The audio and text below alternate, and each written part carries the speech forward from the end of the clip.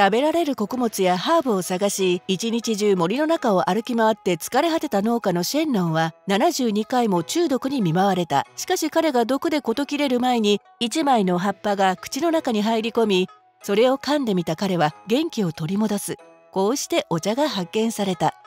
少なくともそう言い伝えられてきた。お茶は実際には解毒作用はないが、中国の神話的な農業の創始者であるシェンロンの物語は古代中国人にとってのお茶の重要性を表している。考古学的な証拠によると、お茶が初めて中国で栽培されたのは6000年も前、つまりファラオがギザの大ピラミッドを建てる1500年前とも言われる。初期の中国茶の木は今日世界中で栽培されているのと同じ種類だが、飲み方は全く異なっていた。お茶は野菜として消費されたり、穀物貝と一緒に調理されたりしていたのだ。1500年前になってようやくお茶は食べ物から飲み物に変わる。熱と水蒸気により複雑で多彩な味が葉の緑色から出てくると人々が気づいたのだ。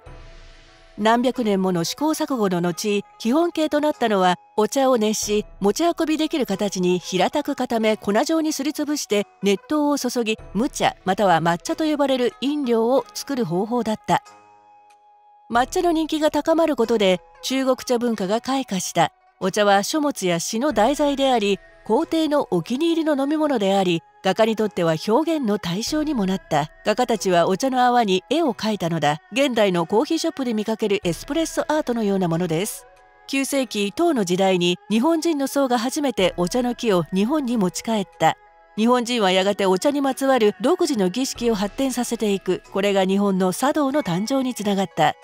そして14世紀明の時代に中国の皇帝は標準的な製法をお茶を押して平たく固める形からばらけた茶葉へと変えさせた。その時点ではまだ中国は事実上世界のお茶の木を独占しており、お茶は中国にとって磁器と絹とともに三大輸出品の一つとなった。これが中国に多大な力と経済的影響力をもたらす。世界中でお茶が飲まれるようになったからだ。この広がりはオランダ人貿易商が膨大な量のお茶をヨーロッパに持ち込んだ1600年代前半頃に本格的に始まる。ポルトガルの貴婦人だったキャサリン・オブ・ブラガンザ王妃が1661年にチャールズ2世と結婚し、イギリスの貴族社会にお茶を広めたのだ。その時代の英国は植民地を広げ、世界を牛耳る新たな勢力になろうとしているところだった。英国が拡大するにつれ、お茶への関心も世界中に広まった。1700年までのヨーロッパではお茶はコーヒーの10倍もの価格で販売され、しかもお茶の木は中国でしか栽培されていなかった。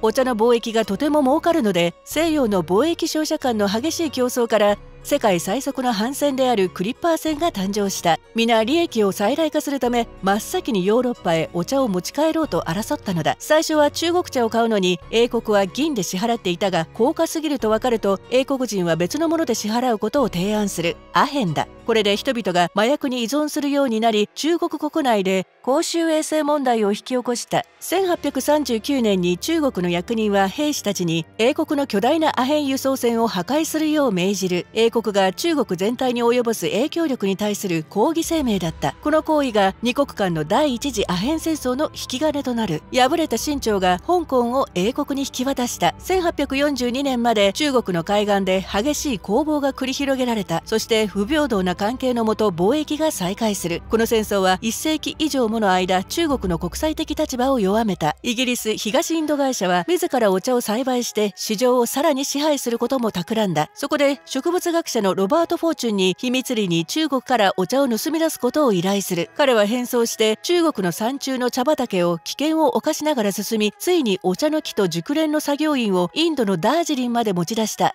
そこからさらにお茶の木は広がり、日々の嗜好品としてのお茶の急速な広がりに拍車をかけた。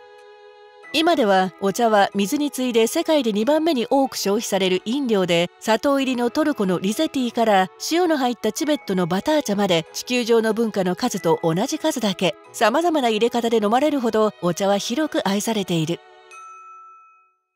魅力あふれる中国の歴史がテーマのこの動画では、2000年前の皇帝の墓の発掘と驚異の発見についてご紹介します。